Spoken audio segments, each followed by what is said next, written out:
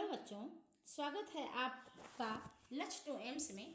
मैं विमला शुक्ला आज आप सभी को हाई स्कूल की हिंदी कक्षा 10 की जो पद है आपका पद चैप्टर से आज मैं काव्य के पहले पद को सूरदास जी द्वारा जो रचित है मैं पढ़ाना चाहूँगी।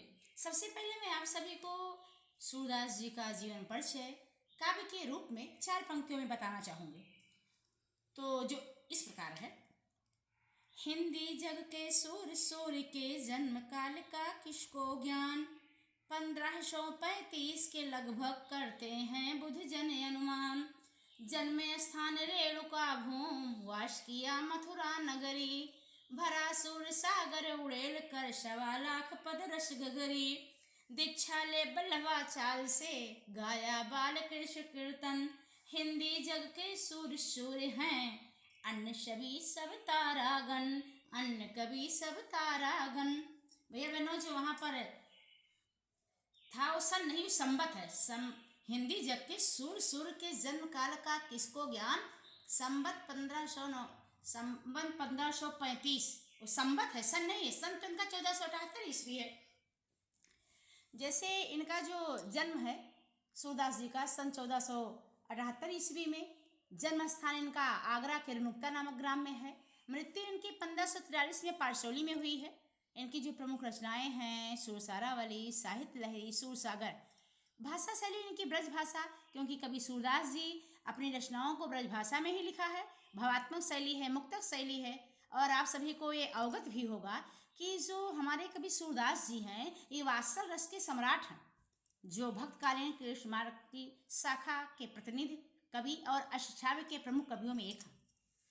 अब आज मैं उनके द्वारा 10th में जो पद चैप्टर है उसके पहले पद को मैं आपको पढ़ा रही हूँ। चरण कमल बंदो हरि राई, जाकी कृपा पंगु गिर लंघ, अंधे को सब कुछ दर्शाई। बहिरो सुने गोंग पुनि बोले, रंग चले सिर छत्र धराई। सूरदास स्वामी करुणामय, बार बार बंदो तिहि पाई। तो हमें ये मैं जहाँ तक उम्मीद करती हूँ आप सभी को संदर्भ आता हुई होगा, फिर भी मैं आपको संदर्भ बताना चाहूँगी। प्रस्तुत पद हमारी पाठ्य पुस्तक के काव्यखंड के पद शीर्षक से उद्धृत है। यह सूरदास द्वारा रचित सूरसागर महाकाव्य से लिया गया है। अब सबसे पहले मैं आपको प्रसंग बताना चाहूँगी कि इस पद्यावतरण में कवि सूरदास जी कहना क्या चाहते हैं। प्रस्तुत पद्य में सूरदास जी ने भगवान श्री कृष्ण की महिमा का वर्णन करते हुए उनकी चरणों की वंदना की है। क्या? प्रस्तुत पद्य में सूरदास जी ने भगवान श्री कृष्ण की महिमा का वर्णन करते हुए उनके चरणों की वंदना की है। तो आगे देखते हैं। चरण कमल बंदो हरि राई, कवि सूरदास जी भगवान श्री कृष्ण के चरणों की वंदना करते हुए कहते हैं कि हे प्रभु, मैं आपके कमल रूपी चरणों की वंदना करता हूँ। क्या लिखा गया? चरण कमल, तो कमल रूपी चरण। बंदो माने वंदना करता हूँ। हरि प्रभु हरि श्री कृष्ण, राई माने प्रभु। प्रभु श्री कृष्ण की वंदना कौन कर रहा है? सूरदास। सूरदास जी कहते हैं, सूरदास जी श्री कृष्ण के कमल रूपी चरणों की महिमा का वर्णन करते हुए कहते हैं कि हे प्रभु, मैं आपके चरणों की वंदना करता हूँ जो कमल के समान कोमल है। जो कमल के फूल के समान कैसा है? कोमल है। जाकी कृपा पंगु गिर लंघ, अंधे को सब कुछ दर्शाई। जिसकी कृपा मात्र से ही लंगड़ा व्यक्ति, गिर माने क्या? पर्वतों को लांघ जाता है। कौन? पंगु, जिसकी कृपा मात्र से ही लंगड़ा व्यक्ति पर्वत को लांघ जाता है। अंधे को सब कुछ दर्शाई, और अंधे व्यक्ति को सब कुछ दर्शाई माने दिखाई देने लगता है। और अंधे व्यक्ति को सब कुछ दिखाई देने लगता है। बहिरो सुने, बहरा व्यक्ति सुनने लगता, अर्थात बहरे को सुनाई देने लगता है। गोंग पुनि बोले, गूंगा व्यक्ति, पुनि माने दोबारा या फिर से, गूंगा व्यक्ति फिर से बोलने लगता है। रंग चले सिर छत्र धराई, रंग माने होता है बच्चों गरीब, और गरीब व्यक्ति राजा की भांति सिर पर मुकुट धारण करके चलने लगता है। सूरदास स्वामी करुणामय बार बार बंदों तिहि पाई। सूरदास जी कहते हैं, हे प्रभु, आपकी कृपा से असंभव कार्य भी संभव हो जाते हैं, अतः ऐसे दयालु श्री कृष्ण के चरणों की मैं बार बार वंदना करता हूं। अब आते हैं काव्यगत सौंदर्य पर। जैसा मैंने आपको अभी पहले बताया कि सूरदास जी अपनी रचनाओं को ब्रज भाषा में लिखा है। तो भाषा क्या है? साहित्यिक ब्रज भाषा। कैसी है ब्रज भाषा? साहित्यिक ब्रज। शैली है मुक्तक।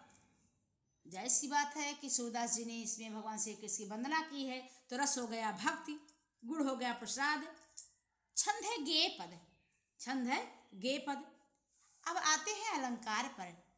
सबसे पहले ही पंक्ति में क्या है? चरण कमल। चरण कमल क्या? कमल रूपी चरण, यानी रूपक अलंकार। फिर आता है सूरदास स्वामी। सवर्ण की पुनरावृत्ति होने के कारण यहाँ पर अनुप्रास अलंकार हो गया। तो यहाँ पर क्या हो गया? अनुप्रास अलंकार। बार बार में एक शब्द की पुनरावृत्ति हुई है, इसी कारण यहाँ पर पुनर्प्रकाश हो गया। तो 3 अलंकार इसमें आपके पाए गए। पहला रूपक, दूसरा अनुप्रास और तीसरा पुनर्प्रकाश। अब चलते हैं दूसरे पद पे। अभी गति गति कछु कहत न आवे, जो गूंगे मीठे फल को रस अंतर्गत ही भावै। परम स्वाद सब ही सुनिरंतर, अमित तो से उपजावै। मन बानी को अगम अगोचर, सो जाने जो पावै। रूप रेख गुण जात जुगत बिन, निरालंब कित ध्यावै।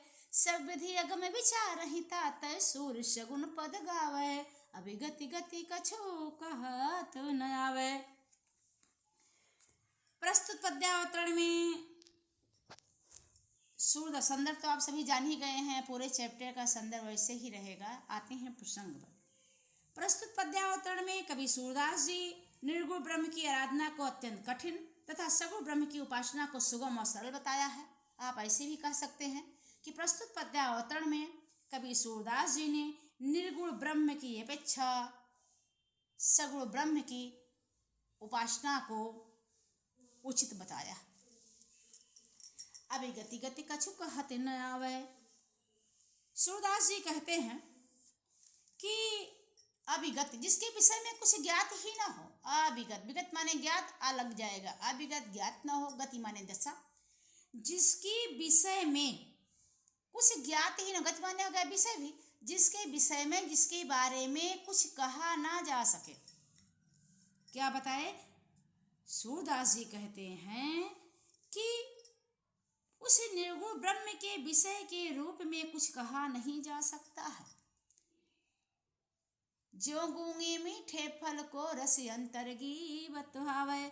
जिस प्रकार से निर्गुण ब्रह्म की उपासना के आनंद का वर्णन कोई व्यक्ति नहीं कर सकता, ठीक उसी प्रकार से नहीं कर सकता है जिस प्रकार से गूंगा व्यक्ति मीठे फल का पान तो कर लेता है, उसके स्वाद को अपने हृदय में अनुभव कर सकता है, और मौखिक रूप से किसी के सम्मुख व्यक्ति नहीं कर सकता है।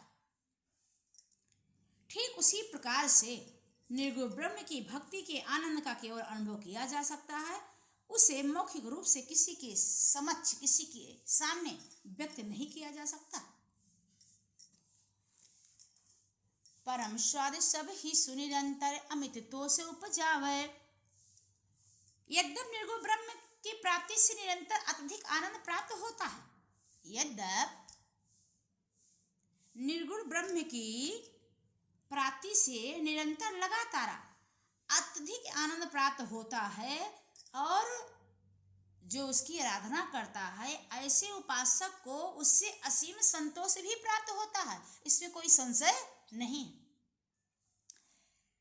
मन बानी को अगम अगोचर, सो जाने जो पावे। मन और बाणी, मन बानी, मन और बाणी द्वारा उस ईश्वर तक पहुंचा नहीं जा सकता। मन और बाणी से उस ईश्वर के पास पहुंचा नहीं जा सकता। किस ईश्वर के पास? निर्गुण नहीं पहुंचा जा सकता है, जो इंद्रियों से परे है, अगम अगोचर। जहाँ पर पहुँचा नहीं जा सकता, जिसको देखा नहीं जा सकता है, जो इंद्रियों से परे है। सो जाने जो पावे, उसको वही जान सकता है जो उसकी प्राप्ति कर ले। कहने का आशय क्या है कि मन और वाणी द्वारा उस ईश्वर तक पहुंचा ही नहीं जा सकता है जो इंद्रियों से परे है। इसीलिए उसे अगम एवं अगोचर कहा गया है। उसे जो प्राप्त कर लेता है वही उसे जानता है। रूप रेख गुण जात जुगत बिनु, निरालंब गति ध्यावे। निराकार ब्रह्म का न तो कोई रूप है, न तो कोई रेख आकृति है। निराकार ब्रह्म का न तो कोई रूप है, न तो कोई आकृति है, न तो कोई गुण है, न तो कोई जात है जुगत, और न तो उसको पाने का कोई उपाय है। और निरालंब कित धावे, निरालंब बिना आधार के, बिना किसी आधार के उसे कैसे पाया जा सकता है?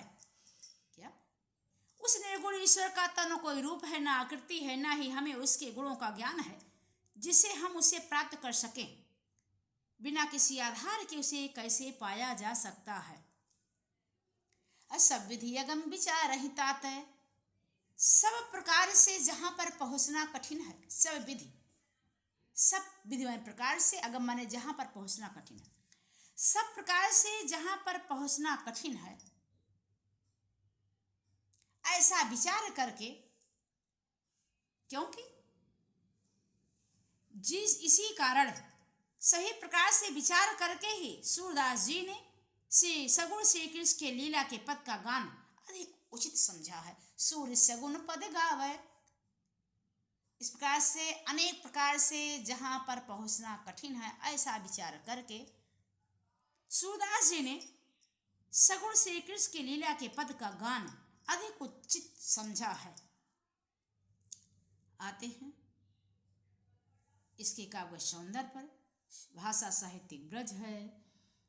अब आप ये भी जान सकते हैं इसमें जो छंद है, गेय पद है, शैली मुक्तक है, और रस इसमें दो है, भक्ति और शांत। अलंकार आते हैं अगम अगोचर मन वाणी, इन सब में अनुप्रास अलंकार है। अज्यों गूंगे मीठे फल में, इसमें दृष्टांत अलंकार है। क्यों है?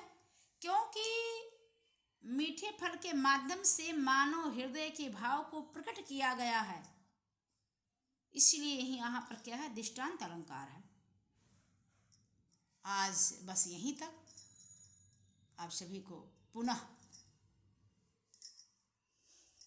लिम्स में हार्दिक और स्वागत अभिनंदन है। धन्यवाद भैया बहनों।